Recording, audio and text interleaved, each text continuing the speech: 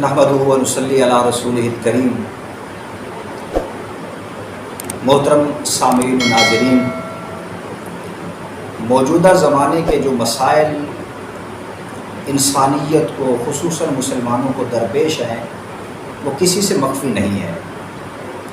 رنج و مصائب ہیں، آفات ہیں، آلام ہیں، ہر طرف سے مسلمانوں پہ ایک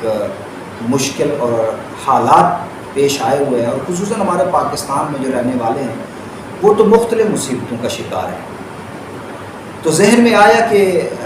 ہمارے شیخ المشائخ، زبدۃ الاولیاء، استاذ العلماء، ولی کامل حضرت مولانا میاں مسعود احمد صاحب دین پوری سجادہ نشین درگاہ عالیہ دین پور شریف، وہ اس موقع پہ ایک دعا ارشاد فرمایا کرتے ہیں کہ ہم تمام کو چاہیے کہ وہ ہم دعا اللہ سے مانگیں، چونکہ یہ وقت رجوع اللہ کا ہے، اور بڑی مختصر سی دعا ہے، 4 جملے ہیں اس کے، ہر بندہ اس کو اپنی زبان میں مانگ سکتا ہے۔ سرائکی اپنی زبان میں مانگ سکتے ہیں، اردو والے اردو میں مانگ سکتے ہیں، انگلش بولنے والے انگلش میں مانگ سکتے ہیں، عربی والے عربی میں مانگ سکتے ہیں، پشتو والے اپنی زبان میں مانگ سکتے ہیں، اور پھر اس کے لیے پڑھا لکھا اور جاہل ہونا اس کا بھی کوئی امتیاز نہیں ہے۔ کوئی پڑھا لکھا ہے تو بھی مانگ سکتا ہے، اور اگر وہ ان پڑھ ہے تو وہ بھی اپنی زبان میں اپنے رب سے یہ دعا مانگ سکتا ہے۔ دعا تو بڑی مختصر ہے لیکن اتنی جامع ہے کہ اگر ہم اس کو اپنی زندگی کا معمول بنا لیں تو پھر ہماری دنیا بھی سنور سکتی ہے اور آخرت بھی سنور سکتی ہے۔ تو ہمارے حضرت فرمایا کرتے ہیں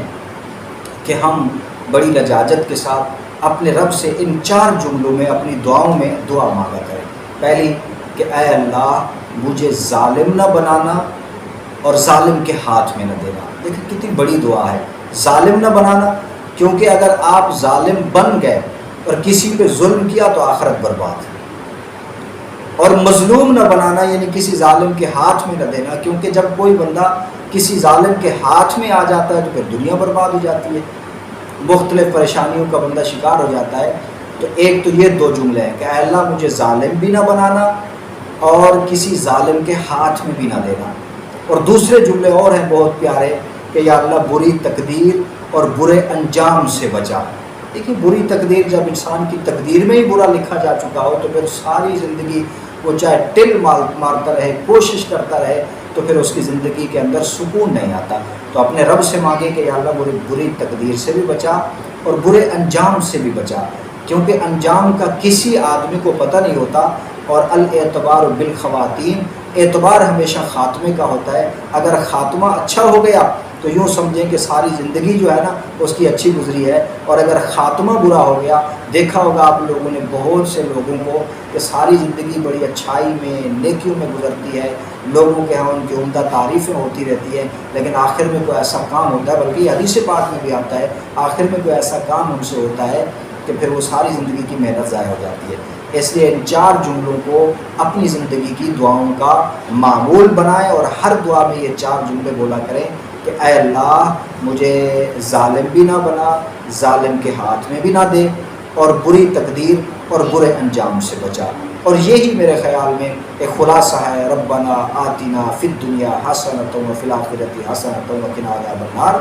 عربی کے اندر جو دعائیں ہیں ان کے فضائل اپنی جگہ پہ موجود ہیں، لیکن اصل بات یہ ہوتی ہے کہ وہ علماء کو یاد ہوتی ہیں، یا جو اس طرح کا شوق رکھنے والے ہیں ان کو یاد ہوتی ہیں۔ جو ہمارے ان پڑھ یا دیہاتی قسم کے لوگ ہیں وہ بس اوقات ان کو وہ دعائیں یاد نہیں ہوتی، تو ہمارے شیخ، ہمارے مرشد، ولی کامل، سجادہ نشین درگاہ عالیہ دین پور شریف، کتب الاقطاب حضرت مولانا میاں مسعود احمد صاحب دین پوری کے یہ بتائے ہوئے آسان جملے اپنی زندگی کا معمول بنائیں، پھر دیکھیں کہ اللہ تعالی ہماری زندگی میں خوشیاں کیسے لگاتے ہیں۔